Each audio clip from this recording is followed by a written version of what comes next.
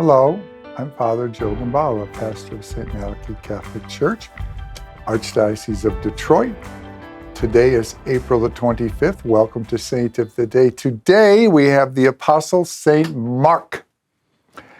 And St. Mark, also known as John Mark, was the cousin of another apostle, Barnabas. And he also was a companion of another apostle, Paul, on Paul's first missionary trip. Well, tradition has it that he was one of the 70 disciples that were sent out by Jesus. And as I mentioned, he went with his cousin Barnabas and with Paul to Cyprus on the first missionary journey. When they were finished traveling in Cyprus, Barnabas and Paul wanted to cross over into Asia Minor, but Mark didn't want to do that. He felt very much afraid to do that. And so he went back to Antioch. Later on, this caused a problem because on the second trip, Barnabas wanted to bring Mark along, and Paul said, no, he quit on us the first time, he'll quit on us the second time. So Paul took up with someone else. And so, Barnabas and John Mark went to revisit Cyprus. We also know that Mark eventually accompanied St. Peter to Rome. And it was in Rome, tradition has it, that Peter dictated the Gospel to Mark. The Gospel of St. Mark is the oldest of all the Gospels. And tradition has it Mark wrote it based upon the things that Peter had told him. And that late in his life, Peter sent Mark to the city of Alexandria to be the first bishop of the Christian community in Alexandria.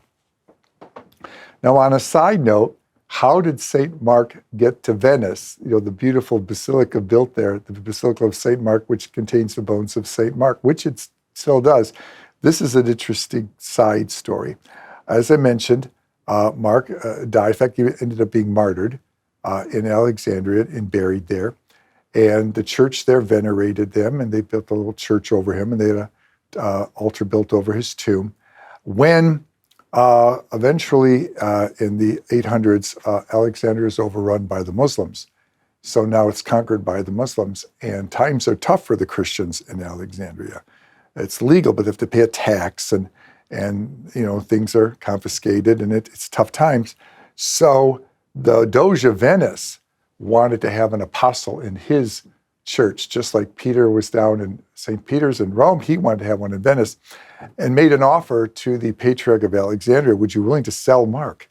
And the Patriarch of Alexandria said, yes, I need the money, but you're never going to get it out of here because the Muslims aren't going to let this go. They know what the value is going to be, so when they find out about it, they're going to charge you a lot more.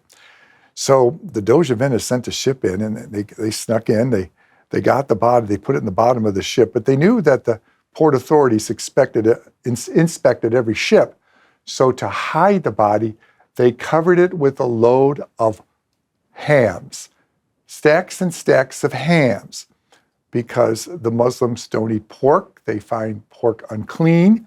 And when the inspectors looked in the bottom of the ship, in the hull of the ship, they saw this pork in there. Nobody wanted to go down there. So they didn't realize that underneath all those hams was the body of St. Mark himself.